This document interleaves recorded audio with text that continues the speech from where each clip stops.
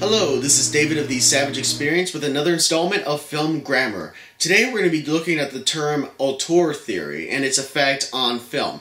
Now, what does Auteur Theory mean? It is the idea that the director of the film is the author of it, that it is his or her vision, and that everybody involved in its production is helping him or her with their goal. Now, the Auteur Theory got started with a French magazine, and I do apologize to anyone who speaks French more fluently than me, called Cahiers du Cinéma, which produced two French film critics in particular who would become filmmakers in their own right. Francois Truffaut with Jules and Jim being a good example, also the 400 Blows, and Jean-Luc Godard with Breathless. These two would be a part of the French New Wave, which I'll get into in a future installment.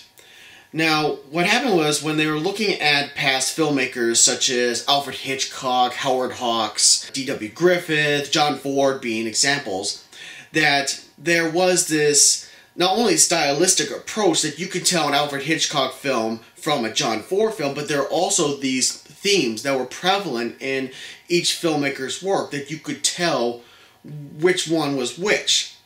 Now, I'll use some examples when it comes to the Auteur Theory. Like, first and foremost, visuals.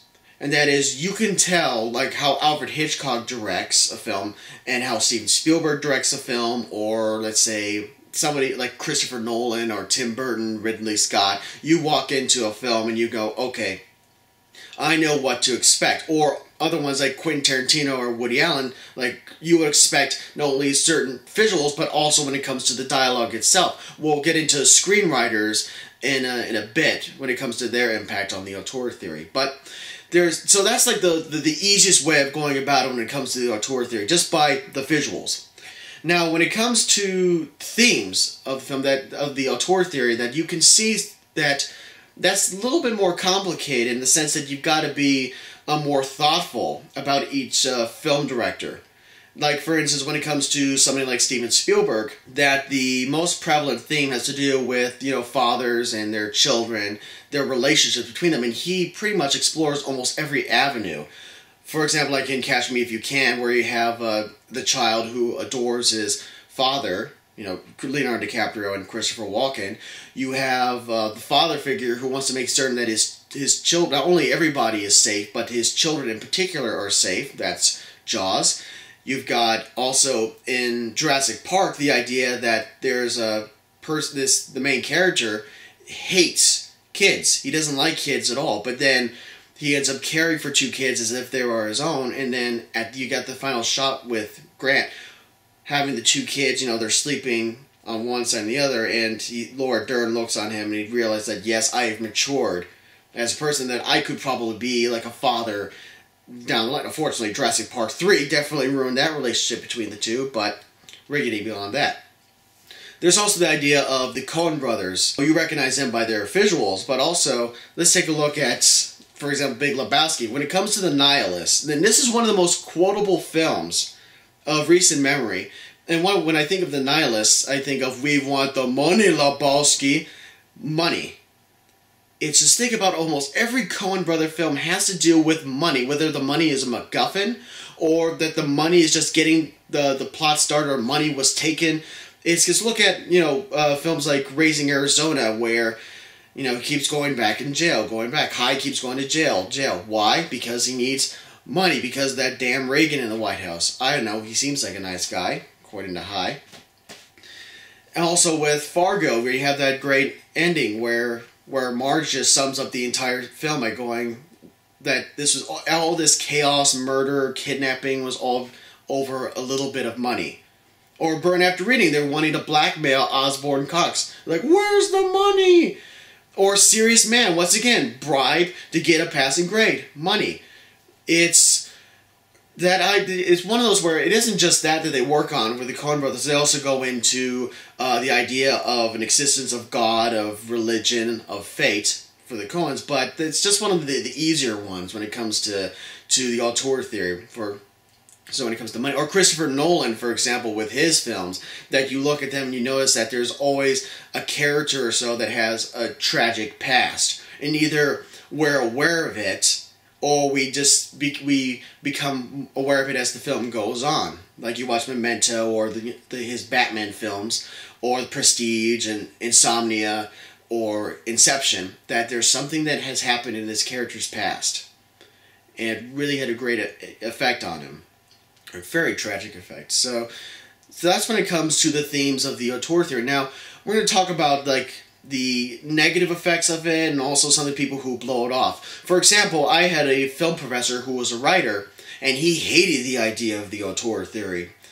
He figured that, well, I'm the writer, I am the author of the script. And that is true. And I could argue that the writer is also could be part of the auteur theory too, because I know that when, like, 3-time Academy Award winner Paddy Chayefsky went for Marty, The Hospital, and Network, that even though you had, Network was directed by Sidney Lumet, it would still be promoted not only as a Sidney Lumet film, but a Paddy Chayefsky penned script.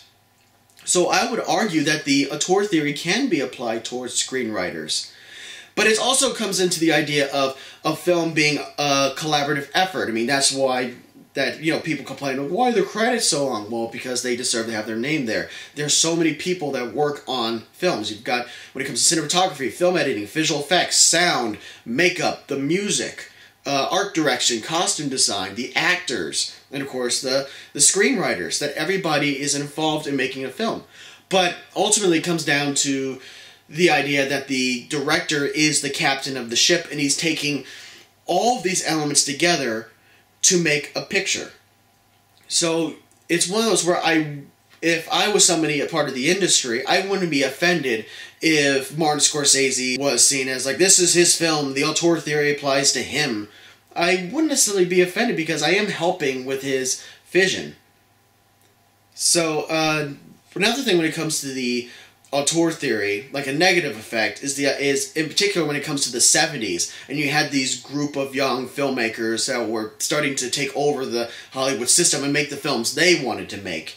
Then you've got people like William Friedkin, Peter Bogdanovich, Roman Polanski, Robert Altman, Francis Ford Coppola, George Lucas. You had all these filmmakers working there. And of course some of them ended up succeeding, either becoming legends or still working. Spielberg and Scorsese are the two best examples of those who survived that time period. But there were certain filmmakers, Peter Bogdanovich and William Friedkin I'll use as examples, that even though they did have influential films and also hits, that they ended up falling on real hard times. It's maybe not necessarily their fault, but I still think that they might have been focused on how am I going to impact the film as opposed to making a good movie. That you can definitely see that in how Bogdanovich and Friedkin conducted themselves in interviews and also producing their own pictures. That Peter Bogdanovich, for example, he had Last Picture Show, What's Up Doc, and Paper Moon hit after hit after hit. And then it took him a good 10 plus years until he had his next hit with Mask. And William Friedkin was the man who produced French Connection and The Exorcist. And then he followed it up with Sorcerer, a remake of The Wages of Fear, which was an unfortunate flop. It's a good movie. Definitely recommend to see it. However, it didn't succeed at the box office at all. So there is that negative effect, that idea that filmmakers will become so presumptuous and so arrogant that they have to go in there and make it their own film as opposed to making a good film. Now, the other idea when it comes to the auteur theory has to do with the producers. And also when it comes to the studio system of particularly the 30s, the 40s, and 50s, where they would hire directors to make their films. Now I know that people like Howard Hawks and John Ford were used as examples. I mean, they would just produce film after film after film. I would argue that a producer is a part of the auteur theory. Prime example is David O. Selznick with Gone with the Wind. Even though Gone with the Wind has one credited director, Victor Fleming, there were at the very least 2 other directors, maybe 3, that worked on it. The 2 that I know of are George Cukor and Sam Wood. King Vidor, I think, was another filmmaker that I believe he did work on this as well, but those were the other 2, Wood and Cukor, that I'm aware of. And I would argue that they don't refer to Gone with the Wind as a Victor Fleming film. They were same thing for Wizard of Oz, which was also sole directorial credit goes to Victor Fleming. That is seen as the producer being the auteur, that this was David O. Selznick's baby, that he bought the rights to the film, that he decided to get everybody, the best in town, to work on that movie, and became a huge success, winning so many Academy Awards. Let's see, how many Academy Awards? 10 Academy Awards, including Best Picture, that ultimately it's spoken of as a Selznick picture and not a Victor Fleming film. So, in conclusion, when it comes to the auteur theory, that I do believe that it still has a place in film, that I don't think it's just some French crackpot idea to make films more elitist. If anything, I just find it as a way to analyze films and to go into the themes and what the filmmaker is trying to get across, the ideas, any debate that can be spoken about, discussed, anything at all. That I still think that the auteur theory is still good, and that I don't think it's a load of hogwash as my screenwriting professor thought it was. So, this concludes another installment of Film Grammar. This is David of the Savage Experience, signing out.